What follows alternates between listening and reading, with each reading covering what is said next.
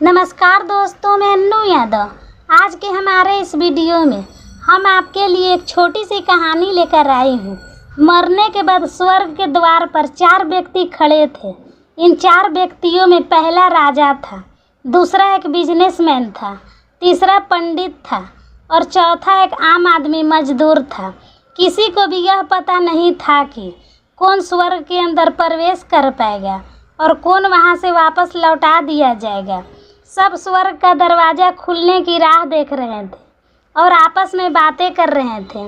जैसे कि राजा को मरने से पहले ही आदत थी कि उसने अपनी बात सबसे पहले बताई। राजा ने कहा, मैं बहुत विख्यात राजा हूँ। मैंने धरती पर अपना बहुत नाम कमाया हूँ, इसलिए पूरी संभावना है कि मैं ही स्वर्ग में जाऊँगा। फिर व्यापारी ने अपनी बात सामने रखा। वह बोला, मैं धरती पर खूब धन कमाया हूँ और उस धन से मैंने सैकड़ों लोगों की मदद की, इसलिए मैं ही स्वर्ग का हकदार हूँ। अब बारी थी पंडित की, तो पंडित ने मुंह खोला और सबको यह कहा, चाहे तुम जो सोच लो, लेकिन ये बात तो तय है कि स्वर्ग के दरवाजे खुलेंगे तो मेरे लिए ही। सब जानते हैं कि पंडित दिन रात भगवान को याद करते हैं, इसलिए स्वाभाविक है कि स्वर्ग में पंडित का स्वागत किया जाएगा। जब सब ने अपना अपना पक्ष रख दिया, तब सबकी नज़र उस मजदूर पर पड़ती है जो चुपचाप अपनी नज़रें नीचे झुकाए बिना कुछ बोले वहाँ पर खड़ा रहता है। स्वर्ग का दरवाज़ा खुला और वहाँ पर एक देवदूत आकर खड़ा हो गया। देवदूत के हाथ में एक पुस्तक थी जिसमें इन सबों के कर्मों के बारे में लिखा हुआ था। देवदूत ने सबसे पहले राजा को अपने पास बुलाया और उससे पूछा, तुम बताओ, तुमने अपने जीवन में क्या क्या अच्छे कर्म किए हैं। मैं उन्हें इस पुस्तक में देखकर फैसला करूंगा कि तुम्हें अंदर आने देना है या नहीं। राजा ने कहा, मेरा राज जितना बड़ा था उतना ही समृद्धि था और मेरे राज के सभी लोग खुशहाल थे। सभी बड़े आनंद से रहते थे।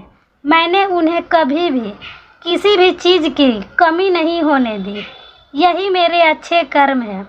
देवदूत ने अपने पुस्तक में देखा और देखने के बाद राजा से कहा, तुम सच बोलते हो, लेकिन तुमने अपने राज की प्रजा को बहुत सुखी रखा था, लेकिन तुमने अपने राज की सीमा बढ़ाने के लिए जितने युद्ध किए, उन युद्ध की वजह से हजारों सैनिकों ने अपनी जान गंवा दी।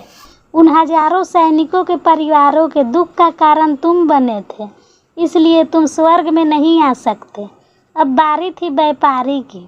यमदूत ने जब व्यापारी से पूछा कि तुम्हारे अच्छे कर्म किया है, तब व्यापारी ने उससे कहा, मैंने सैकड़ों लोगों को खाना खिलवाया है, कई आश्रम में दान किए हैं, कई निराश्रित लोगों के लिए घर बना कर दिया है।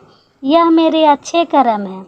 यमदूत ने फिर से अपने पुस्तक में ध्यान से देखा और देखने के बाद व्यापारी से कहा, तुम्हारा कहना भी ठीक है कि तुमने बहुत दान धर्म किए हैं, लेकिन यह दान धर्म तुमने जिन पैसों से किया है, उन पैसों को कमाने के लिए तुमने ना जाने कितने झूठ बोले हैं, कितने हेरा फेरी किए हैं और कितने मिलावट किए हैं, इसलिए तुम भी स्वर्ग में नहीं आ सकते।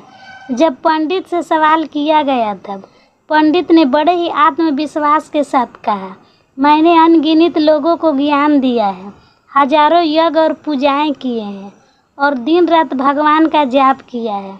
इससे अच्छे कर्म और क्या हो सकते हैं। यमदूत ने अपने पुस्तक के अंदर झांक कर देखा और पंडित से कहा, आपने जितने भी लोगों को जो भी ज्ञान दिया है, उन बातों पर खुद कभी अमल नहीं किया। आपने यज्ञ या भगवान का नाम निस्वार्थ भाव से कभी नहीं लिया, इसलिए आपका भी स्वर्ग में आना प्रतिबंधित है। मजदूर यह सब देखकर हैरान था।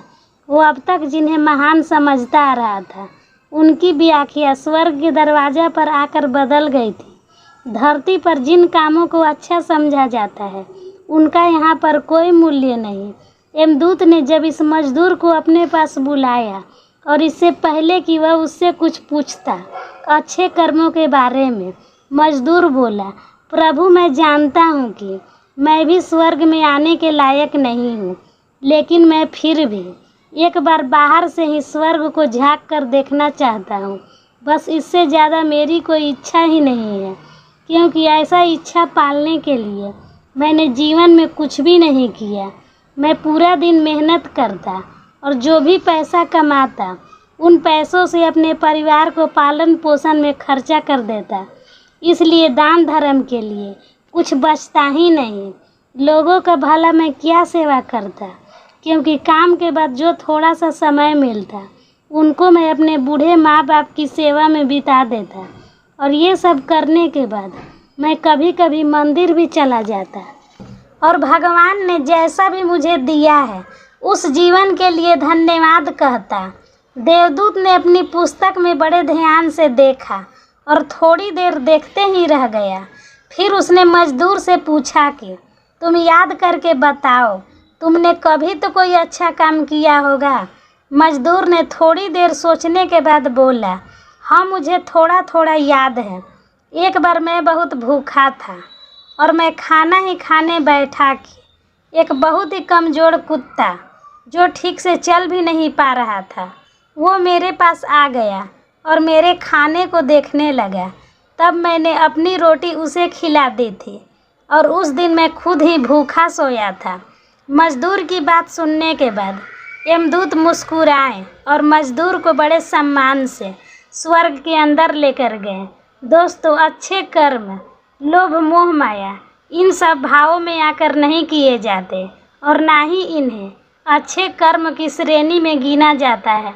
निस्वार्थ भाव से किया गया एक ही अच्छा कर्म आपके जीवन के सारे पाप धोने की शक्ति रखता है। इसलिए जब भी मौका मिले निस्वार्थ भाव से और सच्चे मन से अच्छे कर्म किया करें। वीडियो पसंद आए तो चैनल को लाइक और सब्सक्राइब करना ना भूलें।